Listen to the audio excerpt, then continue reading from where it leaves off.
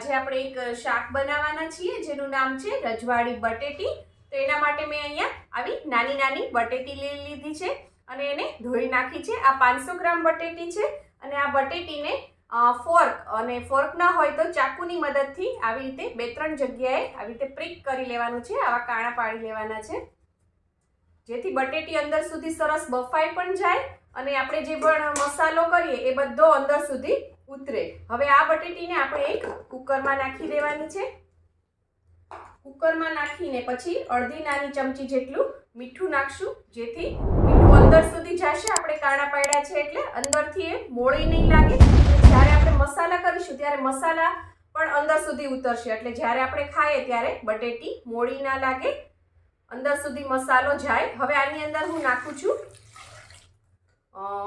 1.5 glass જેટલું મેં પાણી નાખ્યું છે અને હવે કુકરનું ઢાંકણું બંધ કરી આપણે મીડિયમ ફ્લેમ ઉપર 3 વિસલ લઈ લેશું જેથી બટેટી આપણી સરસ કૂક થઈ જાય। બટેટીને આ રીતે ફોર્ક અથવા ચાકુની મદદથી 2-3 જગ્યાએ આવી રીતે પ્રિક કરી લેવાનું છે જેથી અંદર સુધી સરસ કૂક પણ થઈ જાય અને જ્યારે આપણે મસાલો કરીશું તે અંદર સુધી જાય જેથી ખાતી વખતે બટેટી મોળી ના લાગે વચ્ચેથી। આપણી રજવાડી શાહી બટેટી બનાવવા માટે મેં અહીંયા કડાઈમાં 4 ટેબલ સ્પૂન ઓઇલ મૂકી દીધું છે। તમે કોઈ પણ કુકિંગ ઓઇલ લઈ શકો છો। મેં અહીંયા શીંગ તેલ લીધું છે। તેલ ગરમ થઈ જાય એટલે આપણે એની અંદર 1 ચમચી સફેદ તલ નાખી અને તલથી વઘાર કરવાનો છે આનો। હવે તલને આપણે સરસ ફૂટવા દઈશું। હવે એની અંદર આપણે નાખીશું 2 ચપટી હિંગ। આપણે આ બધો મસાલો કરશું ત્યાં તરત જ આપણને અવાજ આવી જ રહ્યો છે, તલ છે એ ક્રેકલ થવા માંડ્યા છે। તલ સરસ ફૂટી જાય પછી આપણે એની અંદર 1 મોટી ચમચી લસણ છે એને મેં આવી રીતે ચોપ કરેલું છે ઝીણું ઝીણું અને એની સાથે 1 ઇંચ આદુનો ટુકડો એ ઝીણો ખમણેલો છે એ બંને નાખીને મિક્સ કરી દેવાની। લસણ આ રીતે કૂક થઈ જાય પછી આપણે એની અંદર નાખીશું 2 ડુંગળી લીધી છે મેં મીડિયમ સાઈઝની 100 ગ્રામ છે અને પણ લસણ અને ડુંગળીને બંનેને આવા હલકા ભૂરા રંગના તમારે શેકાવા દેવાના છે। પછી એની અંદર હું નાખું છું ટમેટા પણ 100 ગ્રામ છે અને એને પણ મેં ઝીણું એકદમ ચોપ કરી લીધું છે।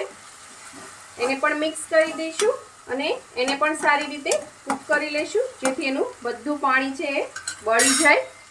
ટમેટું સરસ કૂક થઈ ગયું છે અને એનું બધું પાણી બળી ગયું છે। પછી આની અંદર હું નાખું છું ચોપ કરેલું કેપ્સિકમ છે 50 ગ્રામ, એક નાનું કેપ્સિકમ મેં લીધું હતું એને પણ આની અંદર મિક્સ કરી દઈએ।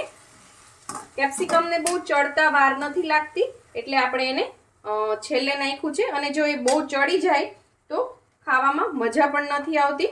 હવે કેપ્સિકમ ચડે છે એની સાથે સાથે જ આપણે અહીંયા 2 મોટી ચમચી ભરી અને આપણે લીલું લસણ નાખીશું। લીલું લસણ નાખ્યા પછી આપણે 2 મોટી ચમચી લીલી ડુંગળી નાખીશું। બંનેને મેં ઝીણા ઝીણા સુધારી લીધા છે અને આને અંદર આપણે મિક્સ કરી દઈશું।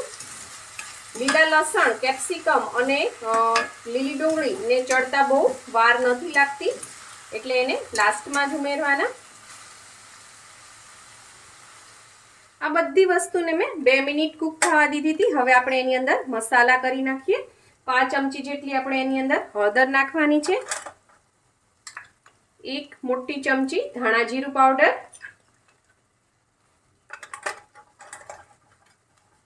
1 ચમચી આપણે લાલ મરચું પાવડર નાખશું અથવા તમે જેટલું તીખું ખાતા હો એ પ્રમાણે મરચું નાખવું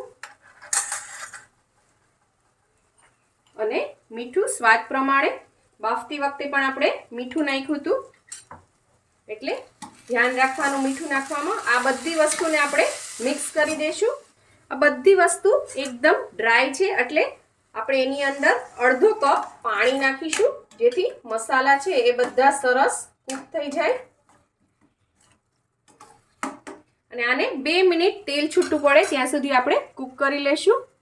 મસાલા સરસ કૂક થઈ ગયા છે અને તેલ પણ છૂટું પડી ગયું છે। આપણે હવે એની અંદર નાખીશું કોથમીર 1 મોટી ચમચી ભરીને છે અને હવે લાસ્ટમાં આપણે એની અંદર નાખીશું ક્રીમ।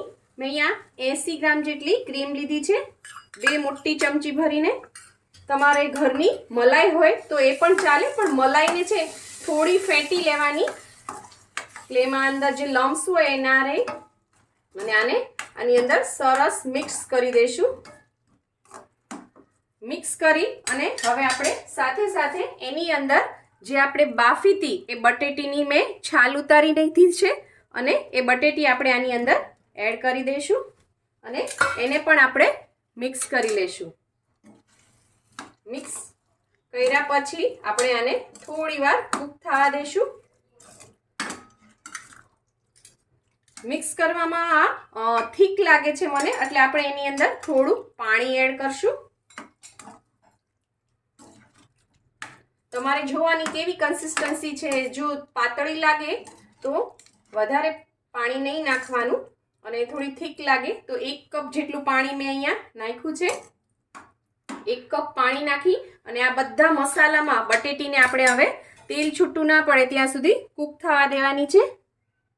બટેટી નાખ્યા પછી મેં આને ટોટલ 5 થી 7 મિનિટ કૂક થવા દીધી હતી અને તમે જોઈ શકો છો સરસ કૂક થઈ ગઈ છે. ઓઇલ પણ ઉપર રિલીઝ થઈ ગયું છે. તમે જોઈ શકો છો આનો લુક કેટલો સરસ આવે છે. સ્વાદમાં પણ આ એટલી જ ટેસ્ટી હોય છે. અમારા ઘરમાં તો સૌની ફેવરિટ છે.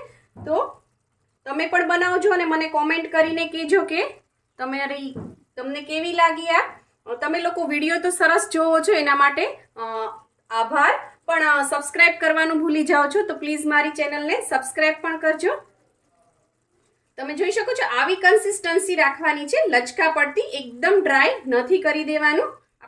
આપણી શાહી રજવાડી બટેટી તૈયાર થઈ ગઈ છે.